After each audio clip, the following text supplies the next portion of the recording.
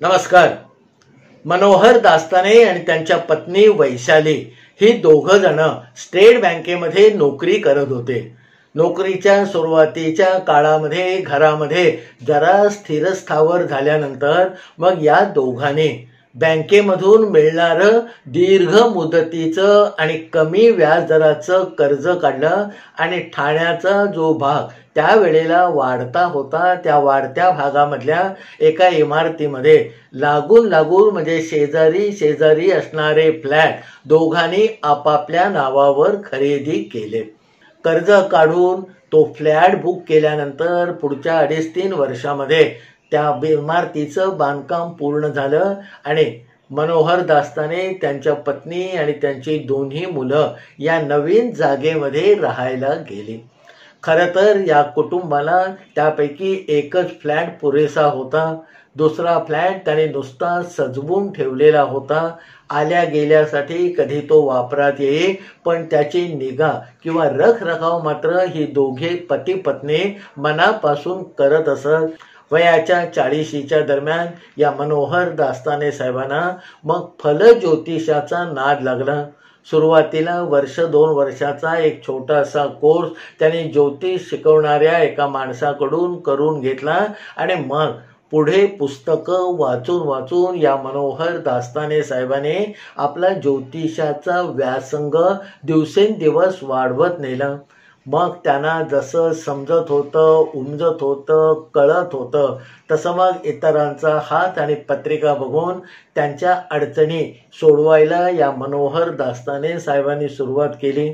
मनोहर दास्ताने साहेबांची वृत्ती अतिशय चिकित्सक होती, बुद्धी अतिशय तल्लख होते आणि कुठच्याही गोष्टीच्या मुळापर्यंत जाऊन त्याचा शोध घेण्याचं त्यांचं जे कसब होतं, या कसबाच्या जोरावर फलज्योतिष आणि हस्तसामुद्रिक या दोन्ही शाखामध्ये बऱ्यापैकी चांगले रिझल्ट या मनोहर दास्ताने साहेबांकडून त्यांच्याकडे विचारणा करण्यासाठी येणाऱ्या लोकांना मिळायला लागले आणि साधारणपणे वयाची 50 आली तोपर्यंत एक चांगले व्यासंगी ज्योतिषी म्हणून या मनोहर दास्ताने साहेबांचं नाव अर्ध्या मुंबईला माहीत झालं. आपली नोकरी सांभाळून आपला व्यासंगाला पुरेसा वेळ देता येईल अशा पद्धतीने या आपल्या व्यासंगाचं आणि असलेल्या वेळाचं नियोजन या मनोहर दास्ताने साहेबांनी केलेलं होतं. रविवार हा आपल्याला सुट्टीचा दिवस आहे. त्यावेळेला रविवारी सकाळी 9 वाजल्यापासून दुपारी 2:30-3 कधी 4 वाजेपर्यंत मनोहर दास्ताने त्यांना भेटायला येणाऱ्या लोकांच्या पत्रिका, त्यांचे हात बघत त्यांना त्या पद्धतीचे उपाय लिहून दे आणि खरोखरच गेल्या 5-10 वर्षामध्ये जवळजवळ 100-200 लोकांचे आयुष्य खऱ्या अर्थाने मनोहर दास्तानांनी आपल्या ज्योतिषशास्त्राच्या बळावर बदलून टाकलेली होती. असंच एकदा त्यांच्याकडे अजय माने नावाचा एक नेहमी येणारा मुलगा होता.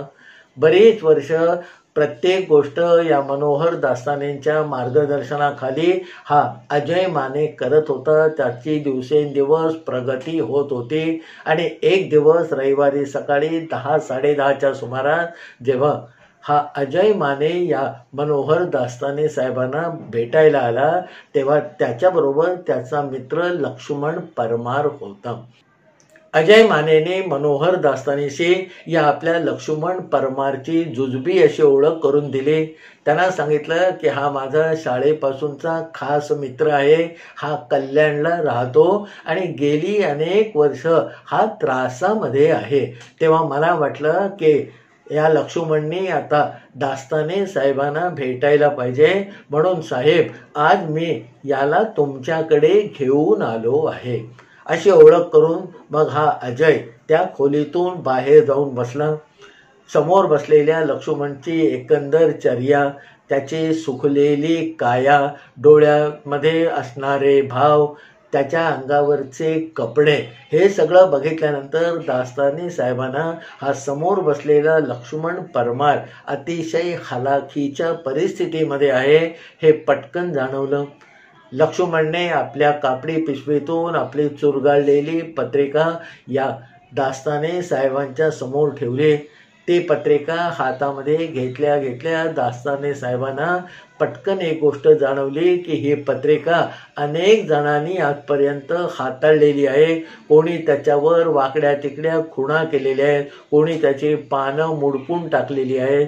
अशी ती त्या लक्ष्मणच्या इतकी गलित गात्र अशी पत्रिका, लक्ष्मणची पत्रिका मनोहर दास्तानेनी आपल्या नजरेसमोर घेतली आणि पुढच्या 10 मिनिटांमध्ये याचं नक्की काय चाललेलं आहे, हा कुठे गुंतलेला आहे, हा परिस्थितीशी किती झगडतो आहे, याचा सगळा लेखाजोखा या मनोहर दास्तानेंच्या मनामध्ये तयार झाला. मनामध्ये आलेले विचार, पत्रिकेमध्ये जे काही दिसलं त्याला एकदा परत खात्री करून घ्यावी, खुंटा हलवून बळकट करून घ्यावा. म्हणून मग या लक्ष्मणचा हात पुढच्या 10 मिनिटांमध्ये मनोहर दास्तानेंनी आपल्या नजरेखालून घातला आणि मग आपल्या खुर्चीमध्ये मागे रिलून बसत या दास्ताने साहेबांनी लक्ष्मणला विचारलं की बोला लक्ष्मण, काय आहे तुमचं? त्यावर मग या लक्ष्मणनी आपली कहाणी सांगायला सुरुवात केली. तो म्हणाला, साहेब, वयाच्या 22 वर्षापासून मी कष्टच करतोय. वयाच्या 22व्या वर्षी मी किराणा मालाच्या दुकानामध्ये पुड्या बांधायचं काम सुरू केलं. कारण वडील घरी एकटे कमावते होते, 3 भावंड होते, वडिलांच्या नातेवाईकांचा जाच होता, त्यांची जबाबदारी होती. मी जिथे काम सुरू केलं ते दुकान पुढच्या 6-8 महिन्यामध्ये खाली बसायला लागलं. मध्येच त्या दुकानाचा मालक मेला आणि नंतर ते दुकान ठप्प होऊन बंद पडलं. माझी नोकरी सुटल्यावर त्या दुकानामध्ये मला जो काही अनुभव मिळालेला होता तो जमा करून, थोडीशी हिंमत करून मी स्वतः भाड्याचा गाळा घेऊन किराणा मालाचं दुकान टाकलं. त्यासाठी मित्रांकडून, नातेवाईकांकडून पैसे जमा केले, उधार उसनवार केलं. पण वर्षभरामध्ये ते दुकानसुद्धा मला बंद करावं लागलं आणि माझ्या कर्जावर, माझ्या डोक्यावर त्यावेळेला 1.5 लाखाचं कर्ज चढलं. दुकान बंद झालं. नोकरी सुटल्यावर मग मी LICची एजन्सी घेऊन बघितली की बाबा याच्यामध्ये भांडवल नावाची काही गोष्ट नाही, आपल्या पायांची फक्त मेहनत आपल्याला गुंतवायची आहे. त्याच्यामध्ये 1-2 महिने सुरुवातीचं मला यश मिळालं, पण नंतर तीही एजन्सी माझी ठप्प झाली. मग अनेक प्रकारच्या दलाल्या करून बघितल्या, 2-4 ठिकाणी तोडक्या मोडक्या अशा नोकऱ्या करून झाल्या आणि आता माझी 40शी उलटून 4 वर्ष गेलेली आहेत. पुढच्या 2-4 वर्षात मी 50शीच्या जवळ पोहोचेन आणि आज तागायत माझं आयुष्यामध्ये बसतान काही बसलेलं नाही. घरी बायको आहे, पदरात 2 मुलं आहेत. रोजच्या रोज घरामध्ये पडणारी पैशांची गरज कशी भागवायची एवढा एकच विचार मला सकाळपासून रात्री झोपेपर्यंत अक्षरशः छळत असतो. मनोहर दास्तानेंनी मग आपल्या पद्धतीप्रमाणे समोरचा एक कागद ओढला. त्यांच्या अभ्यासाने देवाची सेवा करायसाठी त्याला जे काही करणं गरजेचं होतं ते झरा मोत्यासारख्या अक्षरामध्ये मनोहर दास्ताने साहेबांनी लिहिला आणि तो कागद त्या लक्ष्मणाच्या हवाली केला आणि सांगितलं की बाबा तुझे हे जे कष्ट म्हणजे आमच्या भाषेमध्ये जी पीडा आहे ती पुढच्या 15-20 दिवसामध्ये दूर होईल आणि त्याच्यानंतर तुझी परिस्थिती बाबा हळूहळू सुधारायला लागेल. तू आता फक्त हिम्मत सोडू नको आणि मी सांगितलेले हे उपाय मात्र वेळच्या वेळी करत जा. मनोहर दास्ताने साहेबांनी दिलेला कागद घेऊन तो लक्ष्मण बाहेर पडला. 12-15 दिवस आता पीडा जायला लागणार आहे, त्याच्यानंतर आपलं भलं होणार आहे असा विश्वास त्याच्या मनामध्ये दाटून आलेला होता. आणि खरोखरच 12-15 दिवस नव्हे तर अगदी 8 दिवसामध्ये लक्ष्मणाला कुठेतरी नवीन रस्ता मिळायला लागला. आपल्या वडिलांचे पैसे बँकेतून काढून आणण्यासाठी हा लक्ष्मण त्या दिवशी बँकेमध्ये गेला होता आणि बँकेमध्ये त्यावेळेला प्रचंड गोंधळ माजल्याचं या लक्ष्मणच्या लक्षामध्ये आलं. ग्राहक आणि बँकेतले लोक यांचा तो गोंधळ नव्हता, तर कर्मचारी विरुद्ध मॅनेजर असं काहीतरी भांडण त्या दिवशी त्या बँकेमध्ये जुंपलं होतं. ते दिवस युनियन करणाऱ्या कर्मचाऱ्यांचे होते. कुठची गोष्ट जरा खूट झाली की तिथले कर्मचारी युनियनच्या लीडरकडे कंप्लेंट करत असत. युनियनचे सगळे लीडर बाया सरसावून मग मॅनेजरच्या अंगावर धावून जात असत आणि कर्मचाऱ्याला म्हणजे आपल्या युनियनच्या सदस्याला लवकरात लवकर न्याय मिळवून देण्यासाठी त्यांना साम दाम जे काही करता येत असे ते करत असत. त्या दिवशी बँकेमध्ये अचानकपणे स्टेशनरीचा तुटवडा निर्माण झाला होता. खोड रबर, पेन्सिली, कागद, स्टेपलरच्या पिना, शाई हे सगळं अचानक संपून गेलं होतं आणि ते सगळं सामान मिळेपर्यंत आम्ही काय बाबा आज काम करणार नाही असा पवित्रा त्या बँकेतल्या कर्मचाऱ्यांनी घेतला होता. आणि या सगळ्या गोंधळाचा फायदा घेऊन युनियन लीडरने त्या बँकेच्या मॅनेजरला घेराव घातला होता.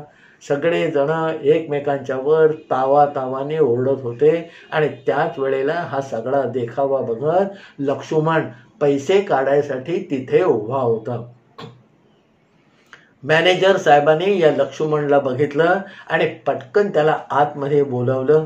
मॅनेजरने बोलावल्याबरोबर लक्ष्मण आतमध्ये गेला आणि मग मॅनेजरने सांगितलं की बाबा बँकेमध्ये सगळा गोंधळ झालेला आहे, पण तू माझ्यासाठी आत्ताच्या आत्ता एवढं काम कर असं म्हणून आपल्या समोरच्या कागदावर त्या मॅनेजरने 15-20 गोष्टींची पटापटा नावं लिहिली आणि त्याला सांगितलं की बाबा मी बाहेर जाऊन या वस्तू आणू शकत नाही कारण मला आता बँक सोडता येणार नाही, पण माझ्यावर आज तू लक्ष्मणा एक कृपा कर आणि हे तुला जिथून मिळेल तिथून पटकन हे सामान घेऊन बँकेत आणून दे.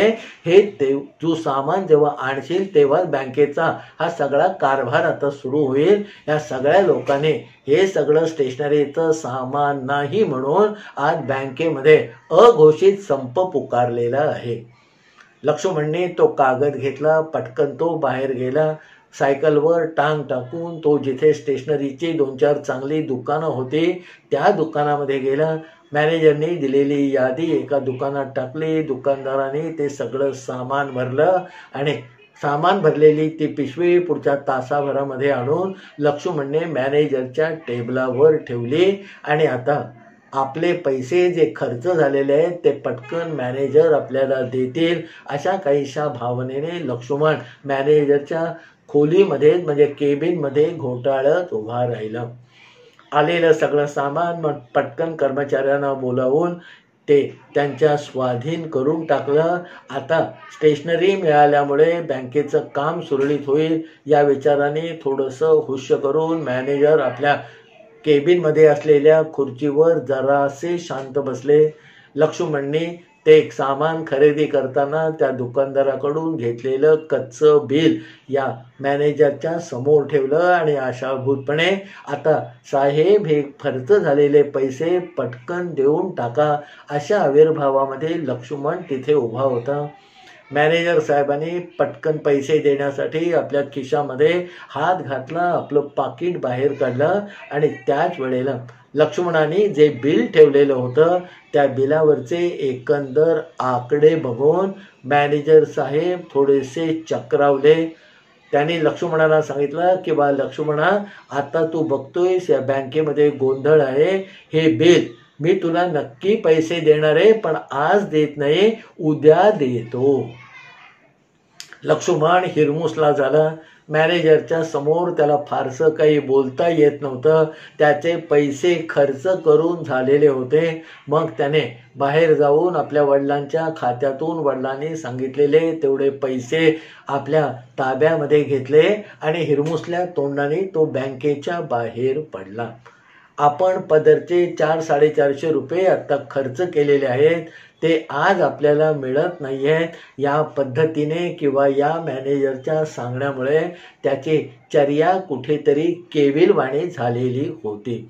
दुसऱ्या दिवशी लगबगीने पुन्हा एकदा लक्ष्मण घरातून निघाला आणि मॅनेजरकडनं पैसे आणण्यासाठी मॅनेजरच्या समोर उभा राहिला. मॅनेजरनी त्याला समोर बसवलं. आज बँकेतलं काम सुरळीत चाललेलं होतं, कुठचाही गोंधळ तिथे नव्हता. मॅनेजर साहेब तसे फुरसतीमध्ये होते.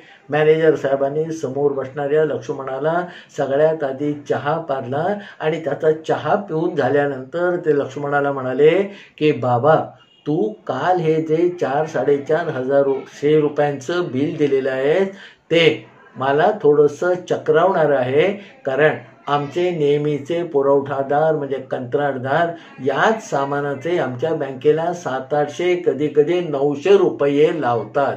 तेव्हा मी असा विचार करतो की बाकीचे कंत्राटदार किंवा आमचे जे सप्लायर आहेत ते जे काही किमती लावतात त्या किमती लावून मी याचं परत दुसरं बिल तासाभरात बनवतो. त्याच्या खाली तुम्हाला सही करून दे, म्हणजे थोडेसे जास्त पैसे मला तुला देता येतील.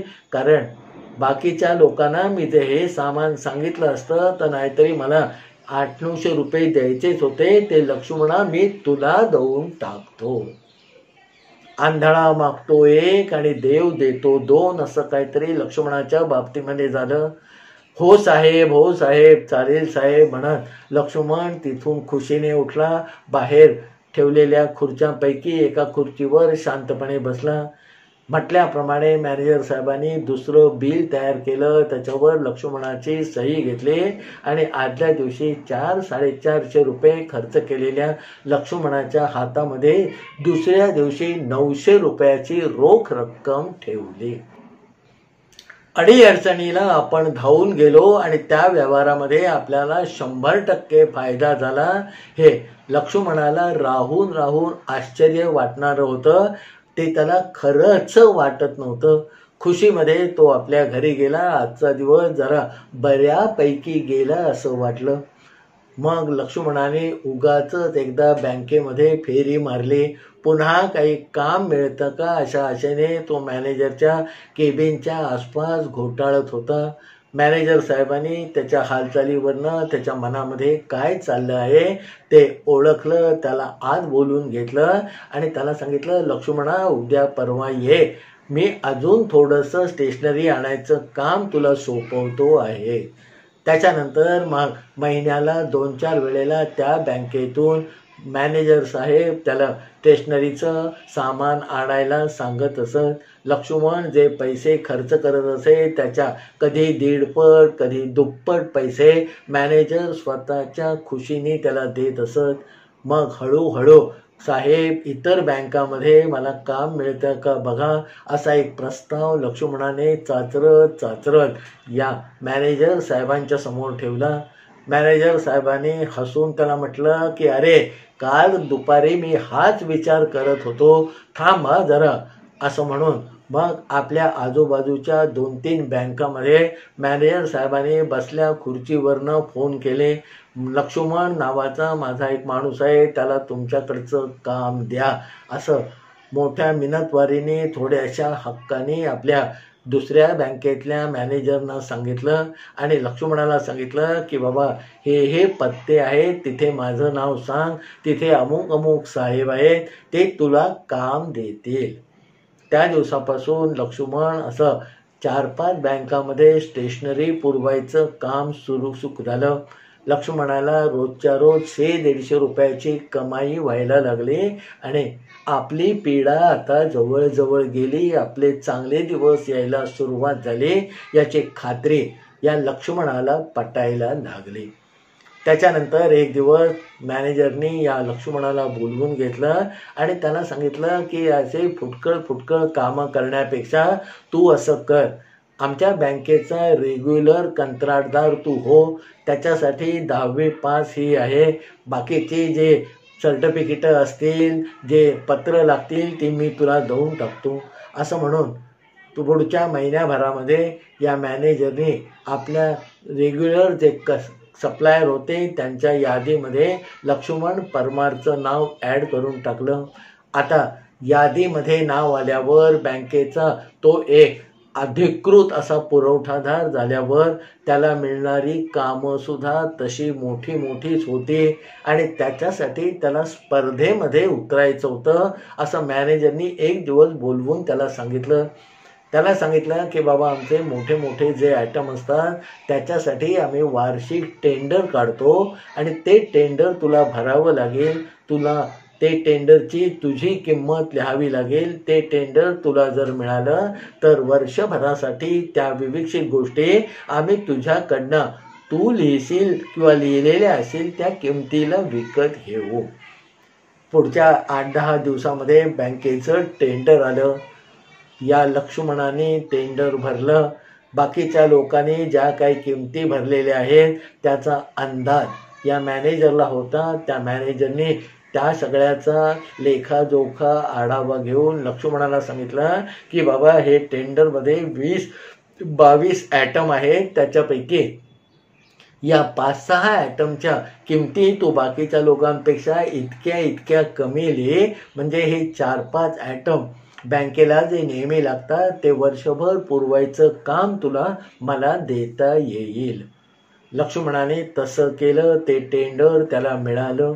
बाकीच्या बँकामध्येही तो अधिकृत पुरवठादार पुढच्या वर्षभरामध्ये झाला आणि हळूहळू याची परिस्थिती बदलायला लागली. दर महिन्याला किंवा 2 महिन्यातून एकदा तो मनोहर दास्ताने साहेबांना भेटायला जात होता.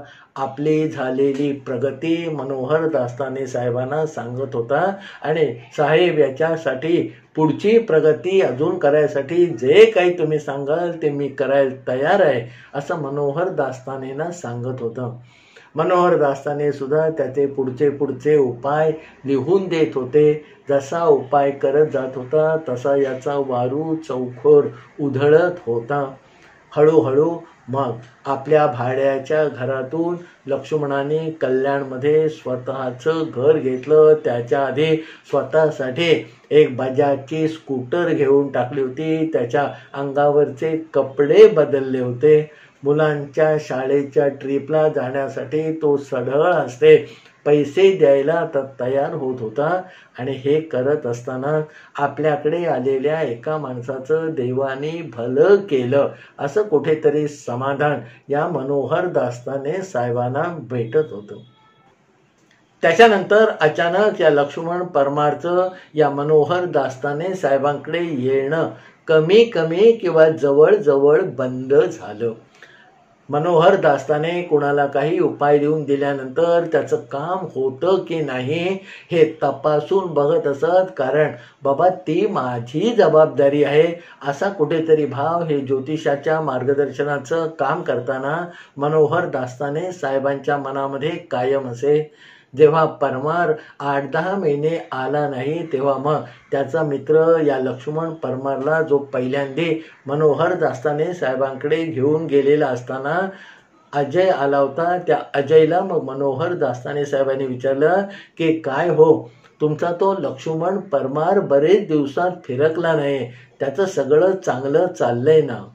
त्याच्यावर अजय म्हणाला काय साहेब सांगू, त्याला तुम्ही सोन्याची लंका घेऊन तिथला रावण बनवून टाकलेला आहे. आज त्याला पैशाची काही कमतरता नाही. मागच्याच महिन्यामध्ये आपल्या आई वडिलांना आणि मावशा मामांना घेऊन रेल्वेची फर्स्ट क्लासची तिकीटं काढून या सगळ्यांनी तिरुपतीची यात्रा करून आलेले आहेत. मग पुन्हा एकदा या अजयनी अशाच एका भेटीमध्ये सांगितलं की साहेब अजय मागच्या आठवड्यामध्ये सगळ्या फॅमिलीला घेऊन ते सुद्धा विमानाने जाऊन काश्मीर फिरून आलेला आहे. मध्ये कधीतरी तो मलेशिया थायलंडला जाऊन आल्याचं कळलं.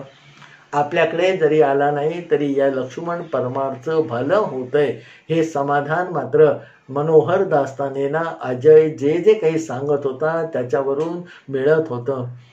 त्याच्यानंतर 2-2.5 वर्ष गेली आणि एक दिवस पुन्हा एकदा काळजीने त्रस्त झालेला, खामाने डबडबलेला आणि डोक्यावर काहीतरी प्रचंड भार वागवणारा लक्ष्मण परमार रविवारी सकाळी 11-11:30च्या सुमारास या मनोहर दास्तानेंना भेटायला आलं. समोर बसल्यानंतर या लक्ष्मणने आपल्या ब्रीफ केसमधून आपली पत्रिका काढून मनोहर दास्तानेंच्या समोर टाकली. पहिल्या दिवशी बघितलेली ती पत्रिका आणि आजची पत्रिका याच्यामध्ये जमीन आसमानाचा फरक होता. चिंध्या चिंध्या झालेली, वेडी वाकडी झालेली पहिल्या दिवशीची पत्रिका मनोहर दास्तान्यांना आजही आठवत होती. आणि आज लक्ष्मणने मोठ्या तोऱ्यामध्ये मनोहर दास्तान्यांच्या समोर टाकलेली पत्रिका कॉम्प्युटराइज्ड होती. त्याला लॅमिनेटचं कव्हर केलेलं होतं. मनोहर दास्ताने साहेबांनी ती पत्रिका उलगडून बघितली. त्यांना त्याच्यामध्ये काही खोट किंवा वाईट किंवा काहीतरी अघटित घडल्याचं जाणवलं नाही. त्याने मग पत्रिका बघून झाल्यावर लक्ष्मणाला विचारलं की काय लक्ष्मण, कसं चाललंय? हे कसं चाललंय विचारल्यावर लक्ष्मणाचा बांध फुटला. हमसत हमसत त्याने सगळी कर्मकहाणी किंवा आपल्यावर पडलेली संकट मनोहर दास्ताने साहेबांना सांगितली की साहेब, गेल्या 6 महिन्यामध्ये मी बर्बाद झालो आहे. आज अक्षरशः विष खायला पैसे नाही अशी माझी परिस्थिती झालेली आहे. लक्ष्मण परमारने समोर बसून हे जे काही सांगितलं त्यामुळे मनोहर दास्ताने साहेबांना धक्का बसला. त्यांच्या शास्त्राप्रमाणे त्यांच्या पत्रिकेमध्ये असं काही अघटित दिसत नव्हतं, पण समोर बसलेला लक्ष्मण मात्र आपली कर्म कहाणी म्हणून सांगत होतं. थोडक्यात म्हणजे लक्ष्मणाला त्याच्या चांगल्या चाललेल्या व्यापारामध्ये अचानक खोट बसायला लागली होती किंवा मोठी खोट बसली होती हे मनोहर दास्तान्यांच्या लक्षात आलं. आणि मग मनोहर दास्तानीने आपल्या पद्धतीप्रमाणे समोर बसलेल्या लक्ष्मणाची चौकशी सुरू केली. सांत्वन करत लक्ष्मणला ते म्हणाले की हे भाऊ, व्यापारामध्ये कधीतरी माणूस अडकतो, कधीतरी बुडतो, पण त्याने मैदानातून पळ काही काढायचा नसतो. आता तुझ्या बाबतीमध्ये नक्की काय झालंय ते मला सांग. लक्ष्मणाला आपली परिस्थिती नीट सांगता येईना. तो म्हणाला, साहेब, सकाळ संध्याकाळ देणेकरी मला हैराण करतात. जिथे भेटेल तिथे पैसे देण्यासाठी तगादा लावतात. रात्री अपरात्री दारं उघडून माझ्याशी भांडतात. आणि या सगळ्यांनी गेले 6-8 महिने मी त्रस्त झालेला आहे.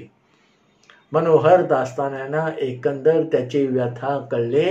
आणि मग पत्रिका बंद करून बाजूला ठेवून एका साध्या सरळ बँकेतल्या मॅनेजरच्या रूपामध्ये मनोहर दास्ताने त्याच्याशी बोलायला लागले की हे बघ लक्ष्मण, व्यापारामध्ये कधीतरी माणसाला खोट बसते. त्याच्यासाठी 2-3 आर्थिक कारणं असतात.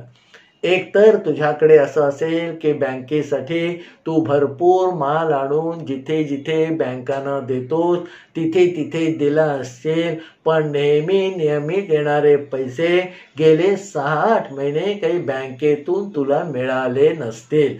असं तुझ्या बाबतीमध्ये झालंय का?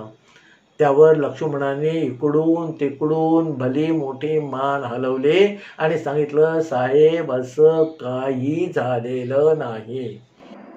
पहिल्या बाजूला नाही म्हटल्यावर मग मनोहर दास्ताने साहेबांनी धंद्यामध्ये बुडीत खाती जाण्याची दुसरी बाजू लक्ष्मणासमोर विशद केली की हे बघ लक्ष्मणा, तू कदाचित उद्या परवा बँकेकडून या मालाची ऑर्डर मिळेल म्हणून भरमसाठ असा माल खरेदी करून ठेवला असेल आणि मग बँकेने मालाची गरज नाही म्हणून तो माल घेतला नसेल आणि ते सगळे माल किंवा तो सगळा माल तुझ्या गळ्यामध्ये पडलाय. असं झालंय का? त्यावर लक्ष्मण म्हणाला, साहेब, असंही झालेलं नाही. असंही झालेलं नाही म्हटल्यावर मनोहर दास्ताने थोडेसे हताश झाले आणि मग लक्ष्मणाला थोडंसं फैलावर घेत त्यांनी म्हणाले की हे बघ लक्ष्मणा, बँकेने तुझा माल घेऊन तुझे पैसे अडवलेत असंही नाही. तुझ्याकडे विकायसाठी भरपूर माल पडलेला आहे असंही नाही. याचा अर्थ तू जो माल लोकांकडून आणलास आणि त्याचे पैसे बँकेला तो माल देऊन तू बँकेकडनं वसूल केलेले आहेत, पण त्या माल ज्यांच्याकडून तू आणलास त्या देणेकऱ्यांचे पैसे मात्र तू दिलेले नाहीस. यावर मात्र लक्ष्मणाने हा हा करून मोठी मान हलवली आणि मग मनोहर दास्ताने साहेब नेहमी निर्मळ स्वच्छ बोलणारे, रागाचा पारा कधीही चढू न देणारे त्या दिवशी रागावले आणि समोर अजीजी करणाऱ्या लक्ष्मणला स्वच्छ शब्दात त्याने खडसवून सांगायला सुरुवात केली की लक्ष्मण, याचा अर्थ बँकेकडून जे पैसे मिळाले ते सगळेच्या सगळे तू उडवून टाकलेस आणि आता देणेकऱ्यांना देण्यासाठी तुझ्याकडे पैसे नाहीयेत. यावर मनोहर दास्तानेना लक्ष्मणाने आपल्या ज्या शरीराच्या हालचाली केल्या स्पष्ट शब्दामध्ये त्याच्या तोंडून हो काही आलं नाही, पण ज्या पद्धतीने तो कावरा बावरा झाला त्याच्यावरून मनोहर दास्ताने साहेबांनी आत्ता आपण जे सांगितलं ते 100% खरं आहे अशी खूणगाठ स्वतःशी बांधली आणि मग मगाच्या पेक्षा थोडा चढ्या आवाजामध्ये समोर बसलेल्या लक्ष्मण परमारला सांगायला सुरुवात केली की लक्ष्मणा, धंद्याचे किंवा आर्थिक नियोजनाचे जे मूळ नियम असतात ते तू पायदळी तुडवलेले आहेस. बँकेकडून येणाऱ्या बिलामध्ये तुझा वाटा 20-25% आहे आणि उरलेले 75% पैसे ज्यांच्याकडून माल तू घेऊन आलाय त्याला देऊन टाकायचे असतात. हे तू विसरला आणि बँकेने दिलेले सगळे पैसे तू उडवून टाकले आणि आज देणेकरी तुझ्या दाराशी येऊन तगादा लावतात, तुझ्याशी भांडण करतात, म्हणून तू त्यांची तक्रार घेऊन आज माझ्याकडे आलेला आहेस. लक्ष्मणा, मला माफ कर, पण या भानगडीमध्ये तू मला ओढू नको. आर्थिक निकष किंवा व्यवहाराचे नेमके नियम पायदळी तोडवणाऱ्याला मी आणि माझा देव कधीही मदत करणार नाही. जे काही आज झालेलं आहे ते तुझं कर्म आहे. तू मला जसं अजयने सांगितलं तसं विमानाने फिरलात, फर्स्ट क्लासने सगळ्या नातेवाईकांना घेऊन गेलात, नवीन घर घेतलं, ते लोकांचे पैसे परत न देता केलं आणि ते सगळं आज तुझ्या गळ्याशी आलेलं आहे. त्याच्यानंतर बराच वेळ लक्ष्मणाने साहेब एक वेळ माफ करा, मला याच्यातून बाहेर काढा अशी अजीजी केली, पण मनोहर दास्ताने आपल्या शब्दावर ठाम होते. सत्य हे कल्पनेपेक्षा अद्भुत असतं. आपल्याला अडचणी आल्या की आपण मनोहर दास्ताने साहेबांकडे धावत जाऊ आणि आपण कितीही काळबेरं काही केलेलं असलं तरी मनोहर दास्ताने साहेब आपल्याला याच्यातून बाहेर काढतील. हा असलेला विश्वास त्या दिवशी मनोहर दास्ताने साहेबांनी मोडून काढला आणि त्याला परत पाठवलं. या सगळ्या कथेबद्दल आपल्याला काय वाटतं ते खालच्या कॉमेंट बॉक्समध्ये प्रतिक्रियांच्या रूपामध्ये लिहून जरूर माझ्यापर्यंत पाठवा. आपल्याकडून आलेल्या प्रत्येक प्रतिक्रियेचं माझ्याकडून स्वागतच आहे.